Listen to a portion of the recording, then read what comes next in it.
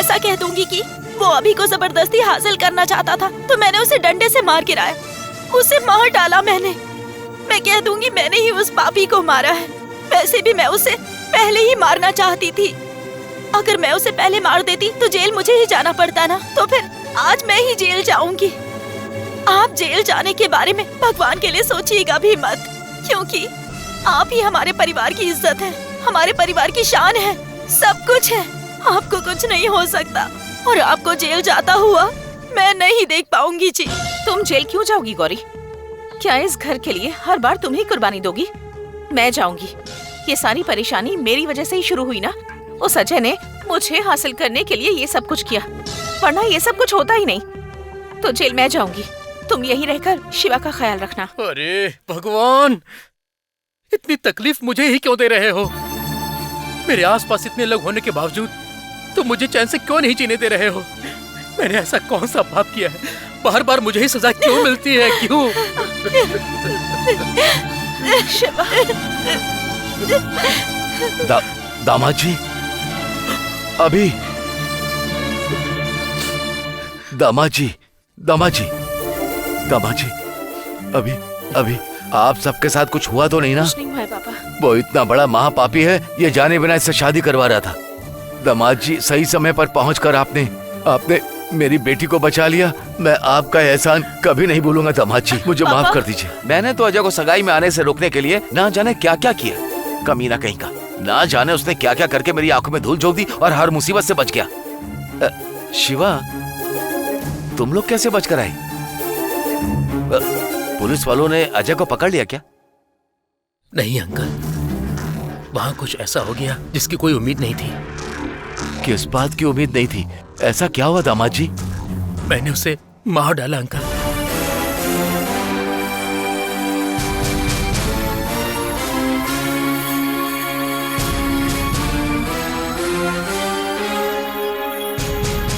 ये क्या कह रहे हैं आप?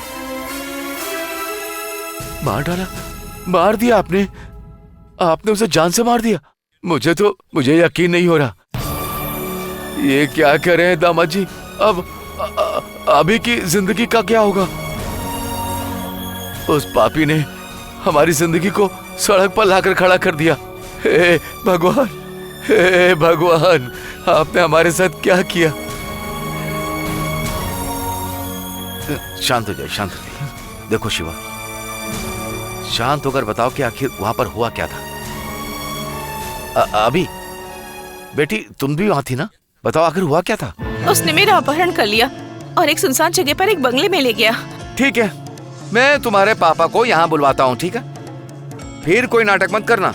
उस पापी से शादी कभी मत करना बेटी।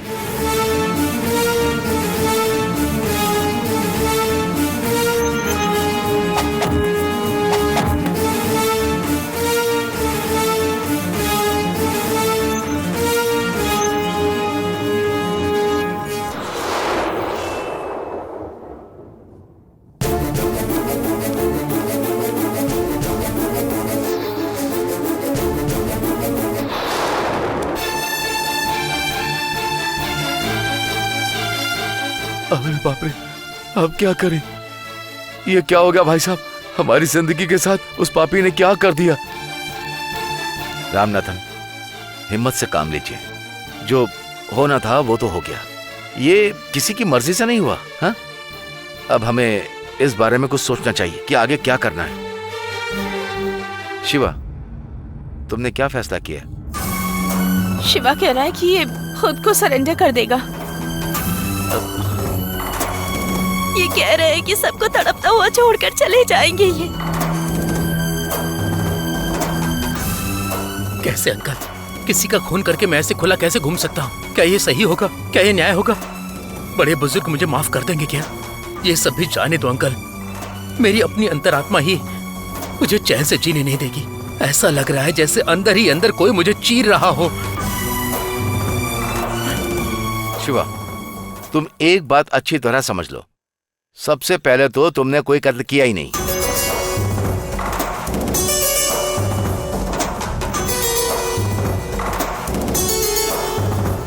जो इंसान अपनी जिंदगी में कभी कोई गलत काम नहीं करता, कोई पाप नहीं करता, मेहनत से अपनी जिंदगी सीधी सादी बिताता है, वो इंसान बेगुनाह ही कहलाता है।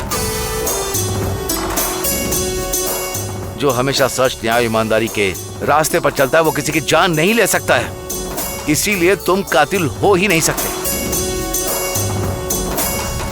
शिवा, तुमने जो किया उसे कत्ल नहीं कहते हैं, वध कहते हैं। क्या तुमने कभी कहानियां नहीं पढ़ी हैं? पुराणों की कथाएं नहीं सुनी क्या? हाँ? जब राक्षसों और असुरों का अत्याचार बहुत बढ़ जाता था तब भगवान अवतार लेकर के उनका अंत करते थे। और किसी की जान बचाना उसे कत्ल नहीं कहते हैं। सब यही कहते हैं कि भगवान ने असुर का वध किया है। तुमने भी वही किया है बेटा, असुर का वध।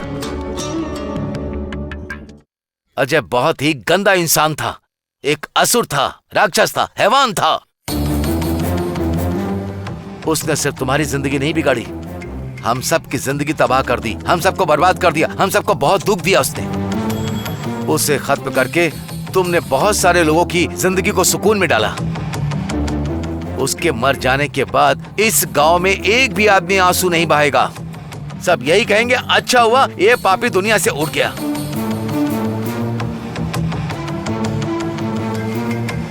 शिवा, तुमने कोई बुरा काम नहीं किया है। शिवा, तुम्हें घबराने की जरूरत नहीं। तुमने बुरा काम नहीं, पुण्य का काम किया है। इसीलिए इसका दुख मत बनाओ, खुशी खुशी अपनी नई जिंदगी की शुरुआत करो। तुमने गंदे इंसान को मारा है, उस इंसान के साथ इससे बुरा क्या हो सकता था? शिवा, तुम चिंता मत करो, जाओ अपनी नई जिंदगी की शुरुआत करो।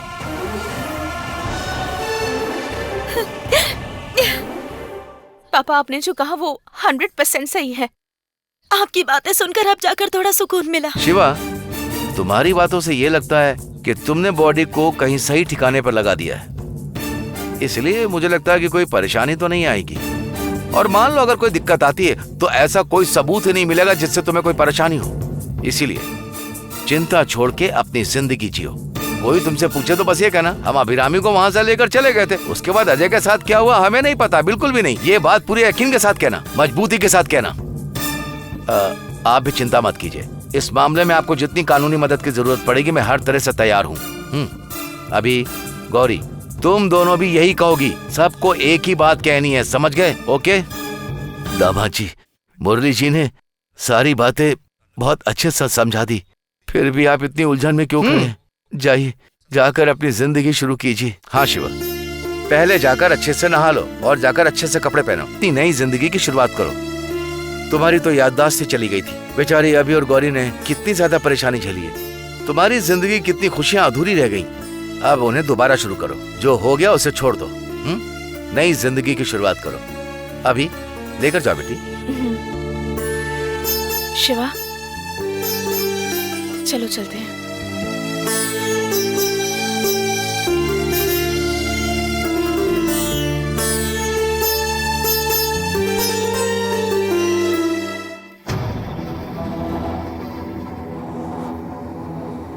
गौरी, मैं तुम्हारे अच्छे मन को समझ नहीं पाया बेटा। अभी के लिए तुम्हारे दिल को बहुत बार दुखाया मैंने। तुम उम्र में छोटी हो, वरना मैं तुम्हारे पैर पकड़कर माफी मांगता। अरे पापा! बेटी, मैंने न जाने तुम्हें किस तरह की बातें कही। मैंने तुम्हारा बहुत दिल दुखाया बेटी। तुम मेरी माँ जैसी हो, माफ कर दो बेटा।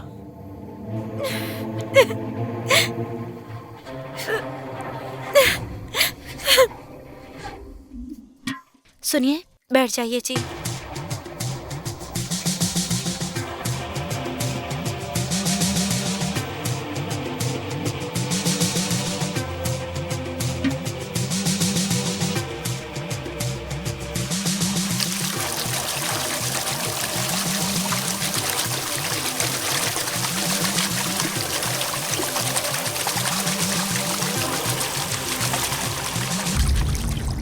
शिवा, अगर मुझसे कोई पाप हुआ हो तो उसे माफ कर देना और मेरे मन की सारी बेचैनी दूर कर देना। ऐसी माँ ललितांबे से प्रार्थना करो। माँ ललितांबिका, अगर मुझसे कोई पाप हुआ हो तो मुझे माफ कर देना मेरे मन में जो भी कड़वाहट हो उसे दूर कर देना। सुनिए जी, अम्मा से प्रार्थना कीजिए कि वो हर दुख और हर मुसीबत में आपका हाथ पकड़ के मार्गदर्शन करें। माँ, अब से हमेशा तुम ही मेरा मार्गदर्शन करना।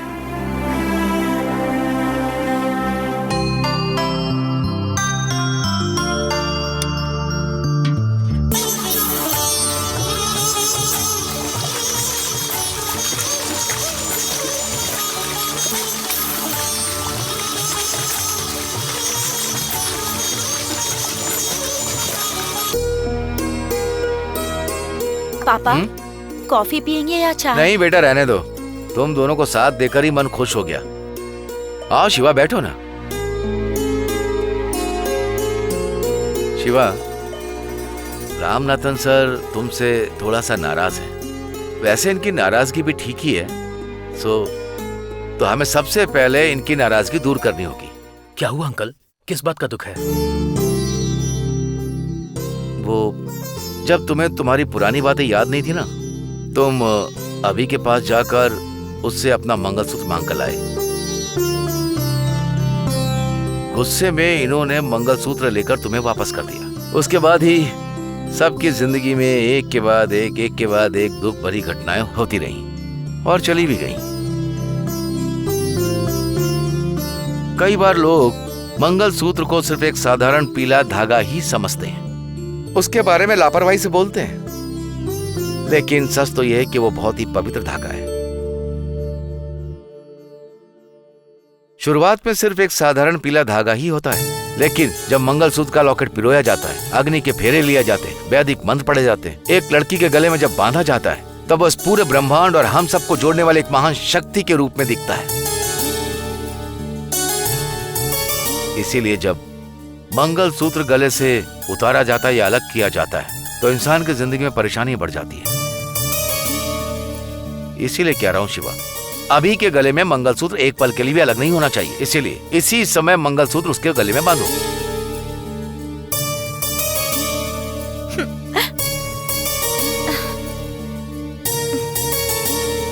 मैं भी यही कहना चाहती थी, लेकिन आपने पहले ही कह दिया। हाँ बिल्कुल जी, ये शुभ समय है। आइए मंगलसूत्र पहना दीजिए। गौरी, जब अभी की शादी हुई थी तो तुमने मंगलसूत्र ला कर दिया था, ठीक उसी तरह इस बार भी मंगलसूत्र ला कर दो बेटी। ठीक है पापा, आइए ना जी, अभी आओ।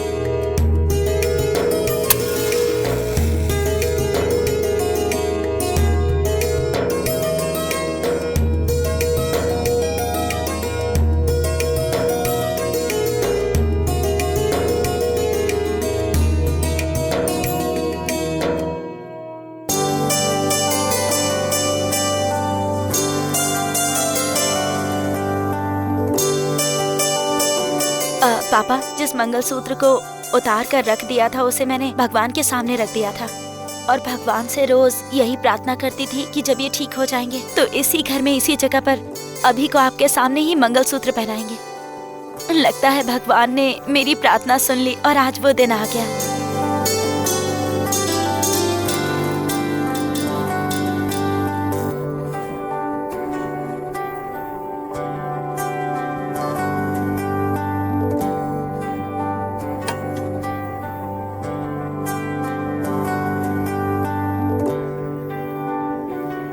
लीजिए।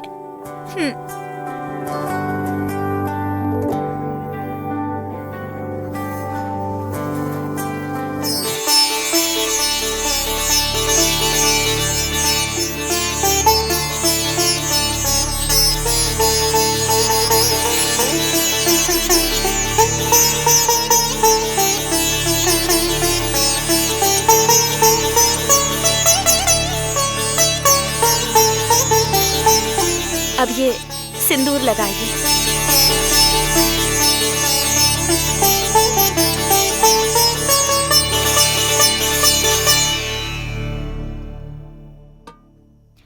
अब जाकर मेरे मन को तसल्ली मिली है।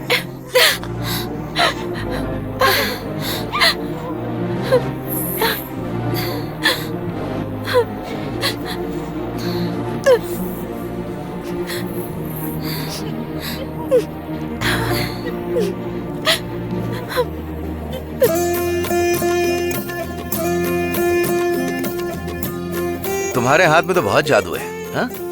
बड़ा या पायस, सब कुछ इतना स्वादिष्ट बनाया ना। शिवा, अभी के गले में मंगलसूत्र बांध दिया, इसका मतलब ये मत समझो सारी जिम्मेदारी पूरी हो गई। अभी भी बहुत सी अच्छी बातें होना बाकी हैं। दामाद जी से कुछ कहना है तो कहिए ना।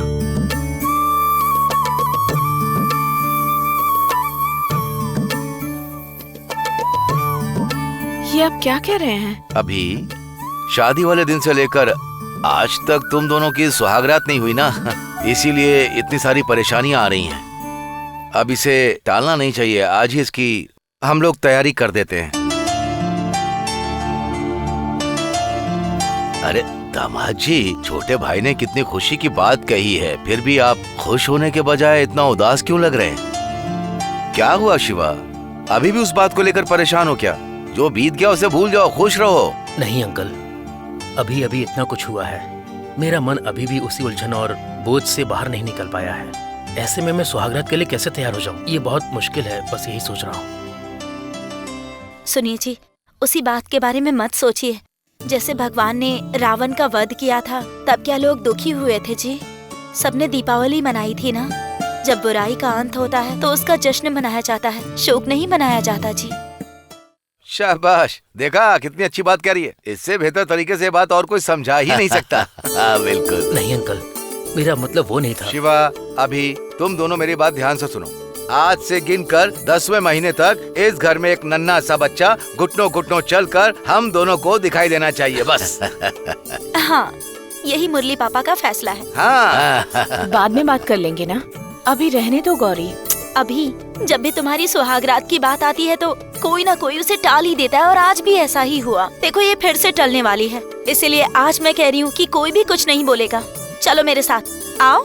शिवा, आप भी मेरे साथ आइए। आइए ना, जाओ जाओ, अरे आइए जाओ, ना, जाओ। उठिए, आइए।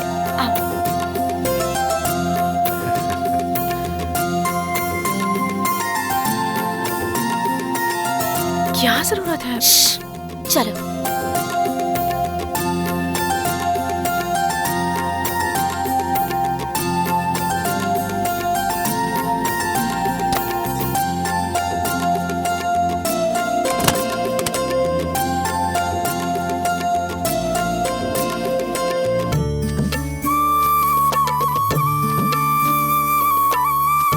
बेटी, क्या बात है बेटी, क्या है? तुम अब तक सोई क्यों नहीं? पापा, मैं शिवा के कपड़े निकालकर बैग में रख रही हूँ। दामाद जी के कपड़े तुम बैग में क्यों रख रही हो? क्या बात है बेटी? पापा, मैं सोच रही हूँ कि शिवा और अभी को 10 दिनों के लिए हनीमून पर भेज दूँ। बेचारे दोनों ने बहुत कुछ झेला है ना। नई नई शादी की जो खुशियाँ होती हैं उन्हें नसीब ही नहीं हुई। इसलिए सोच रही हूँ कुछ दिन वो लोग अकेले रहेंगे तो उन्हें भी अच्छा लगेगा, एक बदलाव हो जाएगा ना। ए बेटी, तुम शिवा से कितना कितना प्यार करती हो। अभी और शिवा को तुम खुश देखो, ये तुम्हारे दिल में बसा है। इसीलिए मैं तुम्हारे दिल को ठीक से समझ नहीं पा रहा हूँ बेटी, और तुम्हारा दिल भी बहुत दुखाया है मैंने। पता नहीं क्या क्या कह के तुम्हें बहुत तकलीफ दी, मुझे माफ कर देना। अरे पापा, कोई भी इंसान जब गुस्से में हो तो ऐसी बातें कह ही देता है। क्या आपने जानबूझकर गुस्सा किया था? आपको इस बात का दुख था कि अभी की जिंदगी बर्बाद हो गई है, इसीलिए आपने ऐसा कहा। कौन सा बाप अपनी बेटी की जिंदगी बर्बाद होते हुए देख सकता है? अगर आपकी नजर से देखा जाए तो मेरी कई बातें गलत लग रही थी। ऐसे में आप और क्या करते पापा? मैंने आपको कभी गलत नहीं समझा। मैं इसे अच्छे से जानता हूँ बेटी, तुम किसी को भी कभी गलत नहीं समझती, किसी के बारे में भी तुम कभी गलत नहीं बोलती। लेकिन मेरा दिल भी वैसा नहीं है बेटी।